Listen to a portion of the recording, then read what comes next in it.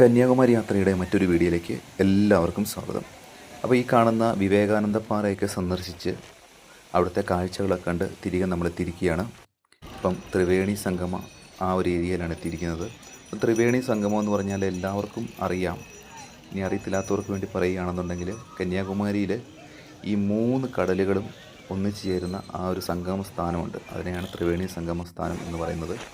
3 കടലുകൾ എന്ന് പറഞ്ഞാൽ ഇന്ത്യൻ മഹാസമുദ്രം, ബംഗാൾ ഉൾക്കടൽ, അതുപോലെ തന്നെ അറബിക്കടൽ, ഈ 3 കടലും കൂടെ ചേരുന്ന ആ ഒരു ഏരിയയാണ്. അതാണ് ത്രിവേണി സംഗമം കന്യാകുമാരിയിലെ കാഴ്ചകളൊക്കെ വളരെ മനോഹരമാണ്. ഈ ഒരു ഏരിയയിലാണ് കൂടുതലും ബിസിനസ്സുകൾ, ഇവിടുത്തെ ചെറുകിട കച്ചവടങ്ങളൊക്കെ ഉള്ളത്. ഫുഡിൻ്റെ ചെറിയ ചെറിയ ഫുഡ് കോർട്ടുണ്ട്, അതുപോലെ തന്നെ ചെറിയ ചെറിയ കളിപ്പാട്ടങ്ങൾ, അങ്ങനെയുള്ള കുട്ടികളെ ആകർഷിക്കാനായിട്ടുള്ള കാര്യങ്ങൾ. എന്തായാലും സമയം സന്ധ്യയോട് അടുക്കുകയാണ്. സൂര്യാസ്തമയത്തിനുള്ള സമയമാകുമ്പോൾ ഇവിടെയൊക്കെ ഒരുപാട് ജനനിബിഡമാകും. ചില ആൾക്കാരൊക്കെ ഈ കടലിലേക്ക് ഇറങ്ങി കുളിക്കുന്നുണ്ട് കേട്ടോ.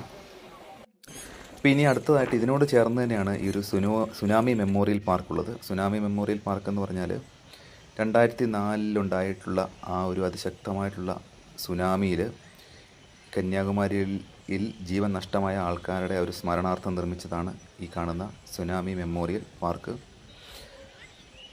ഇത് ഈ ഒരു ഏരിയയുടെ സമീപത്താണ് നിർമ്മിച്ചിട്ടുള്ളത്. ഇവിടെ വരുന്ന ആൾക്കാർ മസ്റ്റായിട്ടും സന്ദർശിക്കേണ്ട ഒരു സ്ഥലം തന്നെയാണ്. ഇവിടെ ഒരുപാട് ആൾക്കാരെ ഒന്നും കണ്ടില്ല, പക്ഷേ ഇതും സന്ദർശിക്കുക. അതിനുശേഷം അതിൻ്റെ അടുത്തുള്ള ആ ഒരു ഗാന്ധി മെമ്മോറിയൽ. ഗാന്ധി മെമ്മോറിയലിനകത്തേക്ക് ഞാൻ കയറിയില്ല, ഇതിൻ്റെ ചരിത്രമൊന്നും എനിക്കറിയില്ല. പക്ഷെ എന്നാലും നമ്മുടെ ഗാന്ധിജിയായിട്ട് ബന്ധപ്പെട്ട എന്തോ ഒരു ഇതാണ്.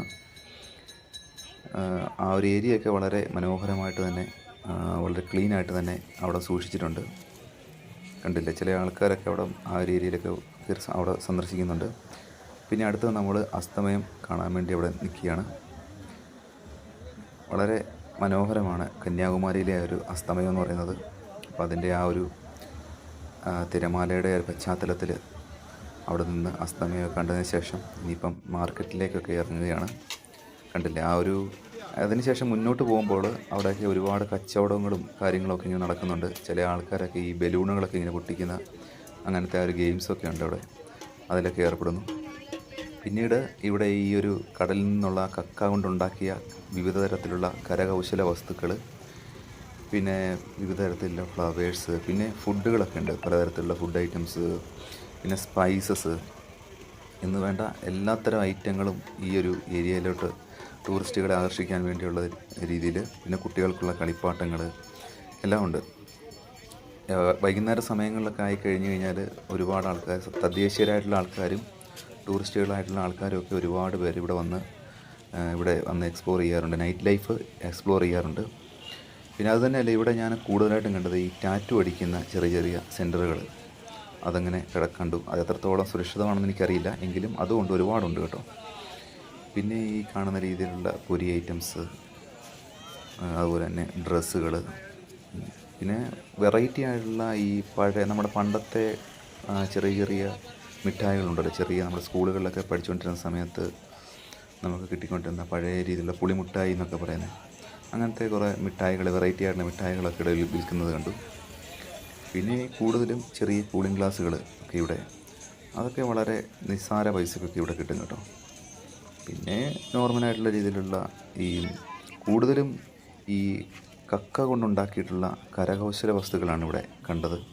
കാരണം ഈ ഒരു കടലിൻ്റെ അടുത്തുള്ള ഏരിയ ആയതുകൊണ്ട് ഇങ്ങനെ ഈ ഒരു സീഷെല്ല് കൊണ്ടുള്ള ഇതുപോലുള്ള കരകൗശല വസ്തുക്കൾ, പിന്നെ ഇതുപോലുള്ള ബഗ്ഗികളൊക്കെ ഇതിൽ ഓടുന്നത് കണ്ടു.